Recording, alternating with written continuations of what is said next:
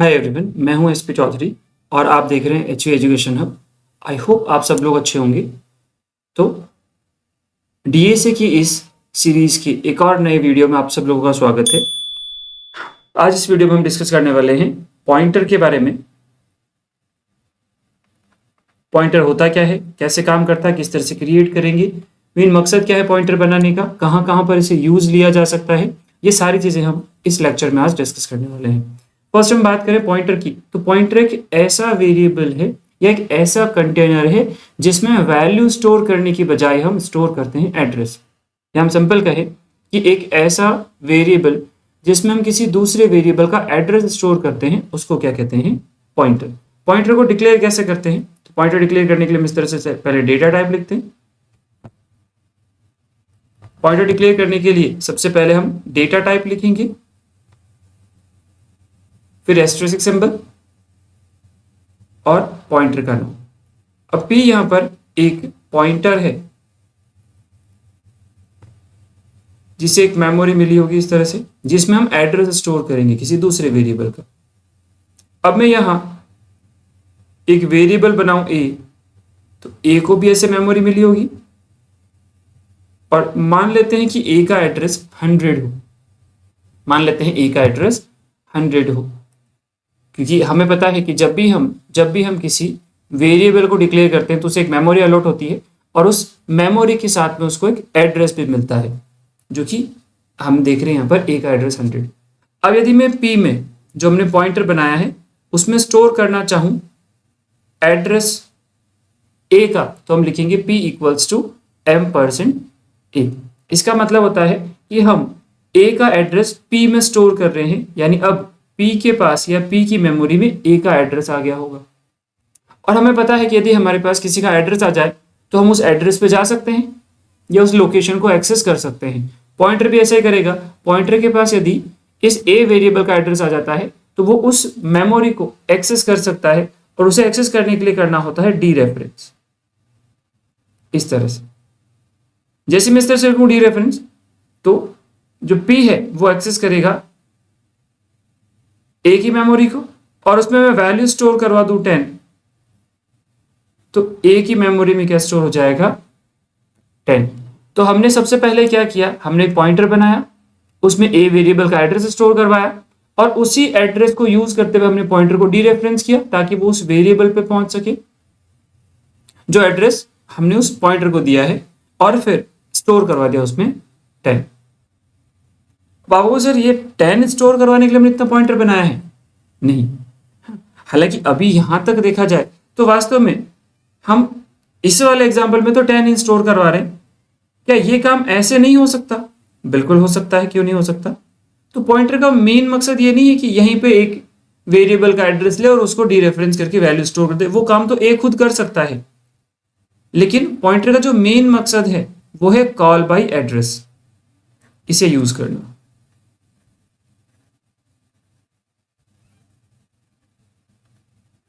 Call bye address use करना। Call bye address की यदि हम बात करें, कॉल बाय एड्रेस की यदि हम बात करें, तो अभी तक हमने जो फंक्शन पढ़ा, उसमें हमने क्या किया, वैल्यूज पास की थी कॉल करते टाइम। अभी हमने जो फंक्शन पढ़ा उसमें हमने वैल्यू पास की थी कॉल करते टाइम। लेकिन अब यदि मैं यहां वैल्यू पास करने की बजाय एड्रेस पास करूं तो उसे हम कहेंगे कॉल बाय एड्रेस।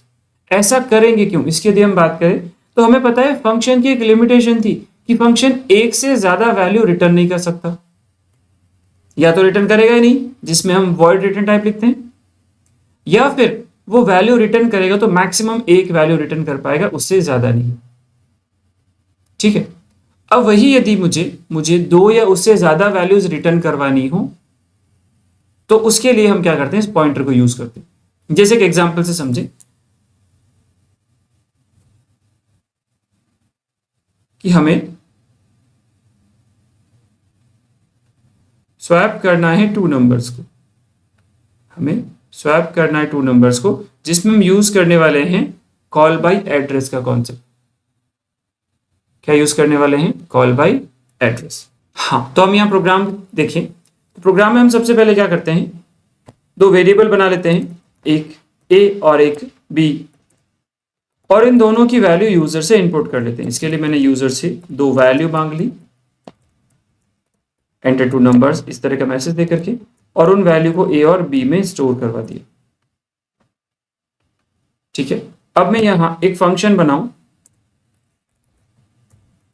माई स्वैप नाम का, और इसे कॉल कर दूं माई स्वैप, और इस बार वैल्यू देने की बजाय, मैं ए और बी की वैल्यू देने की बजाय ए और बी का एड्रेस पास कर दूं। तो मैंने यहां ए और बी का एड्रेस पास कर दिया। अब यदि मैं दोनों वेरिएबल का एड्रेस भेज रहा हूं तो उस एड्रेस को रिसीव करने के लिए हमें दो पॉइंटर चाहिए। मैंने एक P1 और एक P2 ये दो पॉइंटर बना दिए। P1 में A का और P2 में B का एड्रेस स्टोर होगा जैसे हम इसे कॉल करेंगे। अब हमें पता है कि यदि पॉइंटर के पास एड्रेस आ जाए तो वो उस मेमोरी को डीरेफरेंस करके एक्सेस कर सकता है, और डीरेफरेंस करने के लिए हमने अभी थोड़ी देर पहले सिंटेक्स देखा, एस्ट्रिक P1 P2 लिखेंगे, वो डीरेफरेंस होगा और उसे वैल्यू देंगे तो वो जाकर के वहां पर वैल्यू स्टोर कर देगा। तो इसके लिए मैंने एक टेम्परेरी नाम का वेरिएबल बनाया और इस टेम्परेरी में स्टोर कर दिया डीरेफरेंस ऑफ P1। इससे क्या होगा, P1 डीरेफरेंस होकर के A के पास जाएगा, वहां से वैल्यू लाएगा और टेम्परेरी में रख देगा। तो एक तरह से टेम्परेरी में A की वैल्यू आ गई है। फिर हमने लिखा dereference of P1 equals to dereference of P2। P2 के पास है B का एड्रेस, तो ये जाएगा B के पास, उससे वैल्यू लेके आएगा और वो वैल्यू दे देगा P1 को, वो वैल्यू दे देगा P1 को, और P1 उसी वैल्यू को डीरेफरेंस होकर के जाएगा A के पास और A में रख देगा। तो A की वैल्यू चेंज हो गई। और अब मैं dereference of P2 equals to temp लिख दूं तो ये क्या करेगा, टेम्परेरी की जो वैल्यू है P2 को देगा, और P2 के पास है B का एड्रेस, तो वो B की मेमोरी में ले जाकर के स्टोर कर देगा। ठीक है, अब ओरिजिनल A और B चेंज हो चुके होंगे, तो हमें कॉल करने के बाद में इन्हें प्रिंट कर देना है। मैंने A और B को प्रिंट कर दिया, और अब रन करूं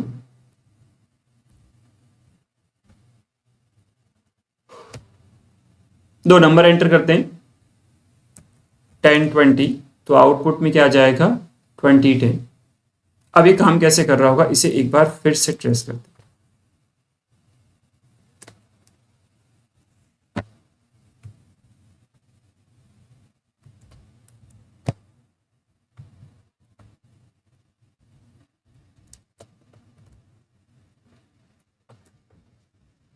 तो देखो, सबसे पहले हम मेन से शुरू करते हैं। मेन में हमने क्या किया, दो वेरिएबल बनाए हैं, एक A और एक B, और फिर A और B में दो वैल्यू इनपुट कर दी। जैसे A की वैल्यू 10 और B की वैल्यू 20 आई हो हमारे पास। फिर हमने इस फंक्शन को कॉल किया और क्या पास कर दिया, A का एड्रेस और B का एड्रेस। हमने यहां से भेजा एड्रेस ऑफ A और एड्रेस ऑफ B। तो यहां दो पॉइंटर बनेंगे, एक P1 और एक P2। P1 के पास एड्रेस होगा A का और P2 के पास एड्रेस होगा B का। फिर यहां जाते हमने एक टेम्परेरी वेरिएबल बनाया, ठीक है, और टेम्परेरी में स्टोर कर दिया डी रेफरेंस ऑफ P1। यदि P1 को मैं डी रेफरेंस करूं तो ये कहां जाएगा, A के पास, और A की जो वैल्यू किस में रख देगा, टेम्परेरी में। तो टेम्परेरी की वैल्यू क्या हो गई। फिर अगली लाइन में dereference of P1 equals to dereference of P2 लिखा हुआ है, तो पहले P2 डी रेफरेंस होगा और कहां जाएगा, B के पास, और B की जो वैल्यू है वो इसे दे देगा। B की वैल्यू क्या है सर 20, तो P1 को क्या मिलेगा 20, और P1 डी रेफरेंस होकर के कहां जाता है सर, P1 के पास A का एड्रेस है, तो डी रेफरेंस करने पर P1 जाएगा A के पास, और वही 20 किस में स्टोर कर देगा, A में स्टोर कर देगा। अब उसके बाद हमने टेम्परेरी की वैल्यू P2 को दी डी रेफरेंस करके।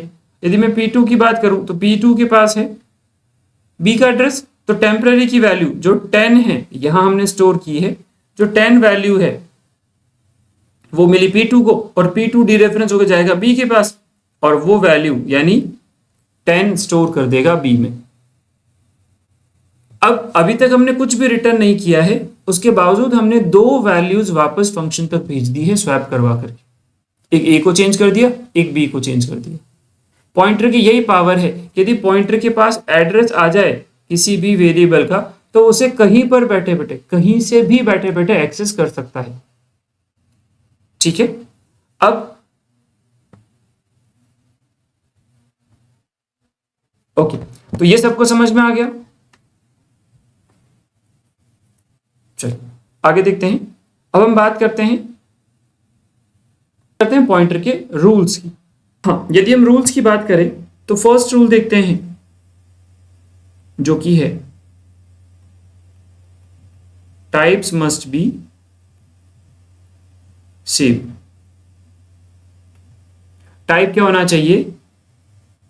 सेम होना चाहिए। किस किस का? एड्रेस देने वाले वेरिएबल का और एड्रेस लेने वाले वेरिएबल का। जैसे यदि मैं यहां बात करूं कि मैंने एक पॉइंटर बनाया इंटीजर का p,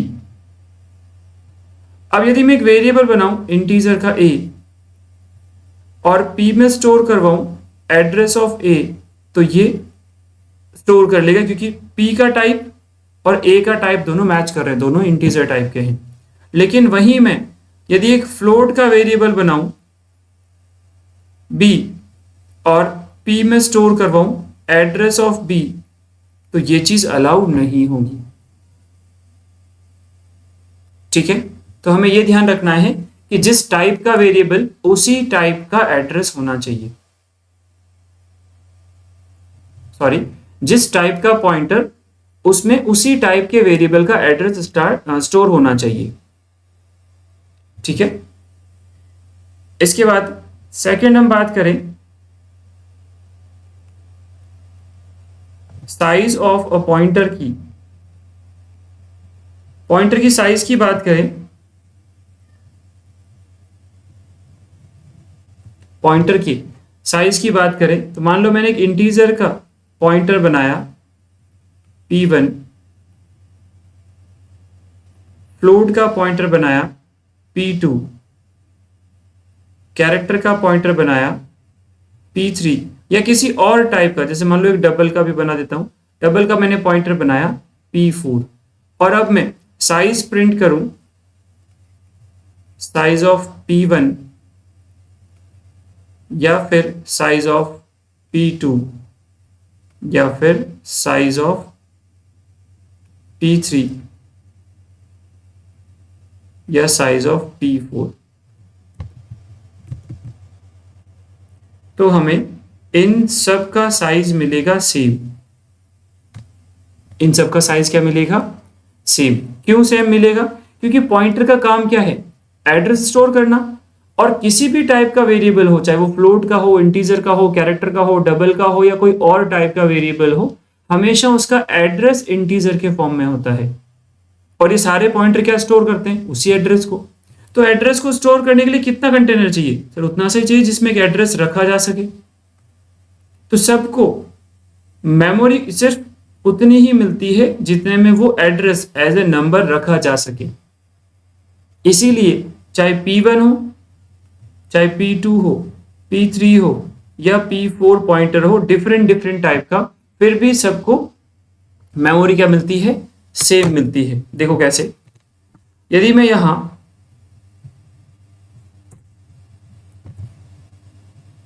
पॉइंटर बनाऊं एक p1, एक फ्लोट का p2, एक कैरेक्टर का p3 और एक डबल का p4, और अब प्रिंट करवाऊं साइज ऑफ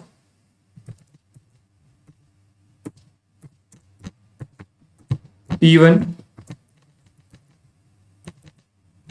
और ऐसे ही p2, p3 और p4 को भी प्रिंट करवा दूं। तो मैंने कॉपी पेस्ट किया, अब नाम चेंज कर देता हूं p2, p3 और P4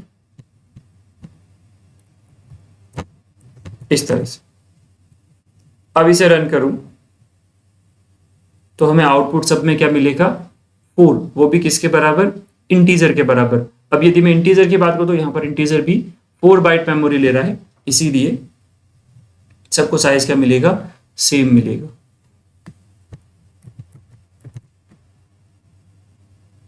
तो नेक्स्ट रूल की यदि हम बात करें तो नेक्स्ट रूल आता है increment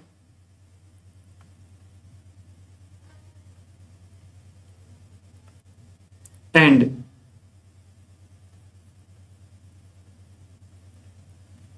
decrement of a pointer. एक पॉइंटर के इंक्रीमेंट और डिक्रीमेंट की यदि हम बात करें तो मान लो हमने एक वेरिएबल लिया है इंटीजर का a, और a को ये मेमोरी मिली है जिसका एड्रेस है 100, और मान लेते हैं कि a इंटीजर का इसलिए 4 बाइट्स मेमोरी स्टोर कर रहा होगा या 4 बाइट मेमोरी यूज कर रहा होगा। अब मैंने एक पॉइंटर बना दिया p और उसमें स्टोर करवा दिया एड्रेस ऑफ a। तो p के पास a का एड्रेस यानी 100 होगा। क्या एड्रेस होगा, 100। अब मैं यहां यदि इस p को प्लस प्लस करूं, यदि इस p को प्लस प्लस करूं और फिर सी आउट कर दूं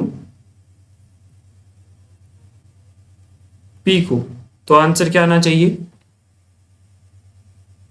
बिल्कुल सही आंसर आना चाहिए 104। क्यों, क्योंकि हमें पता है कि a कितनी मेमोरी ले रहा है, 4 बाइट, तो 4 एड्रेसेस तो इसी के पास होंगे, 100, 101, 102 और 103। यदि अगला एड्रेस की हम बात करें तो उसकी स्टार्टिंग क्या होगी, 104 से। उसकी स्टार्टिंग कहां से होगी, 104 से। तो पॉइंटर को प्लस प्लस करने का मतलब होता है कि वो नेक्स्ट वेरिएबल के एड्रेस को टारगेट करेगा। तो अभी वो a का एड्रेस ले रहा था और जैसे हमने प्लस प्लस किया उसने a का एड्रेस छोड़ा और अगले वाले वेरिएबल का एड्रेस यानी 104 स्टोर कर दिया। तो पॉइंटर 1 या 2 से नहीं बढ़ता है, पॉइंटर हमेशा बढ़ता है उसके पास जो एड्रेस है उस वेरिएबल की साइज क्या है। जैसे p के पास a का एड्रेस था तो a की साइज क्या, 4, तो यहां पर p यानी पॉइंटर जो है वो 4 से इंक्रीज होगा। जैसे अब यदि मैं यहां p को डिक्रीज करूं तो क्या होगा, सिर्फ वो डिक्रीज होकर के अभी 104 को पॉइंट कर रहा था, डिक्रीज होगा 4 से वापस, तो किससे पॉइंट करने लग जाएगा, 100 को। यदि मैं यहां सी आउट करूं p को, पॉइंटर को, तो वापस आउटपुट क्या आ जाएगा, 100 आ जाएगा। ठीक है, तो इंक्रीमेंट डिक्रीमेंट याद रह जाएगा। पॉइंटर हमेशा इंक्रीज या फिर डिक्रीज होता है अपने पास रखे हुए एड्रेस वाले वेरिएबल की साइज से। जैसे p के पास a का एड्रेस तो a 4 साइज का, तो 4 से इंक्रीज या फिर डिक्रीज होगा। ठीक है, उसके बाद बात करते हैं नेक्स्ट पॉइंटर और वेरिएबल के बीच के गैप की। जैसे यदि मैं बात करूं कि हमने एक पॉइंटर बनाया p, अब p क्यों ऐसे याद रखो, p को बनाने के लिए उसे कितने स्टार यूज करने पड़ेंगे, 1। अब यदि कोई पॉइंटर 1 स्टार का है तो वो हमेशा एड्रेस लेगा उससे एक कम स्टार वाली मेमोरी का। अब जैसे मैं यहां a बनाऊं तो a के पास कितने स्टार है, 0, और p के पास कितने स्टार है, 1। तो जो एड्रेस लेने वाला वेरिएबल होगा यानी पॉइंटर होगा, एड्रेस लेने वाला जो पॉइंटर होगा वो हमेशा जिस वेरिएबल से एड्रेस ले रहा है उससे एक स्टार बड़ा होगा, या हम ये कह सकते हैं कि एक ही स्टार बड़ा होगा। ठीक है, कैसे देखो, तो हमने एक पॉइंटर बनाया p है सिंगल स्टार, और एक बनाया वेरिएबल a के पास कोई स्टार नहीं है, 0, तो हम कह सकते हैं कि p एक स्टार बड़ा है a से। तो अब हम p में स्टोर करवा सकते हैं एड्रेस ऑफ a, ये चीज अलाउ हो जाएगी। तो p के पास किसका एड्रेस आएगा, a का। अब यदि मैं इस p को डी रेफरेंस करूं और 10 स्टोर कर दूं तो ये डी रेफरेंस होके कहां जाएगा, सर a के पास जाएगा। और 10 हमने रखा है तो वैल्यू के तौर पे क्या रख देगा, 10 रख देगा। इसे हम कहते हैं पॉइंटर टू वेरिएबल। पॉइंटर को डीरेफरेंस करने पर पॉइंटर से एक्सेस कहां जाता है, वेरिएबल पे। अब यदि मुझे इस p का एड्रेस स्टोर करवाना हो तो एक पॉइंटर बनाना पड़ेगा जो p से 1 स्टार बड़ा हो, यानी कितने स्टार का होना चाहिए, 2 स्टार का होना चाहिए। तो यहां हमने एक पॉइंटर बना दिया, मान लो p2 नाम रखते हैं और उसमें स्टोर करवा दो एड्रेस ऑफ p। तो एक p2 पॉइंटर बनेगा और उसमें एड्रेस स्टोर हो जाएगा a का। अब यहां ये ध्यान रखना, एड्रेस स्टोर करने वाला यानी p2 जिसका एड्रेस ले रहा है p का, क्या उससे 1 स्टार बड़ा है, बिल्कुल है तो हम एड्रेस स्टोर कर पाएंगे। अब यदि पॉइंटर 2 स्टार का है तो उसे डी रेफरेंस भी कितने स्टार से करेंगे, 2 स्टार से करेंगे। और मान लो मैं इस बार इसमें 20 स्टोर कर पाऊं। अब यहां समझना, यदि मैं इसे एक बार डी रेफरेंस करूं, यदि मैं इसे एक बार डी रेफरेंस करूं किसको, p2 को, तो एक बार डी रेफरेंस करने पर वो कहां जाएगा, p के पास, और वहां उसे मिला a का address.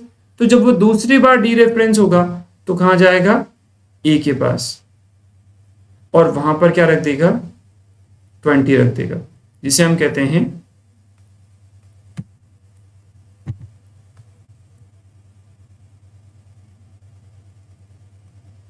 Pointer two variable. Pointer से पॉइंटर तक, फिर उसके बाद वेरिएबल तक। अब ऐसे यदि मुझे p2 का एड्रेस स्टोर करवाना हो तो p2 का एड्रेस स्टोर करने वाला पॉइंटर इससे 1 स्टार बड़ा यानी 3 स्टार का पॉइंटर होगा। समझ में आ गया। तो इस तरह से हम पॉइंटर को इंक्रीज और डिक्रीज करते हैं। एक कॉन्सेप्ट और आता है, रूल्स में तो नहीं है, वो टाइप देख लेना, नल पॉइंटर।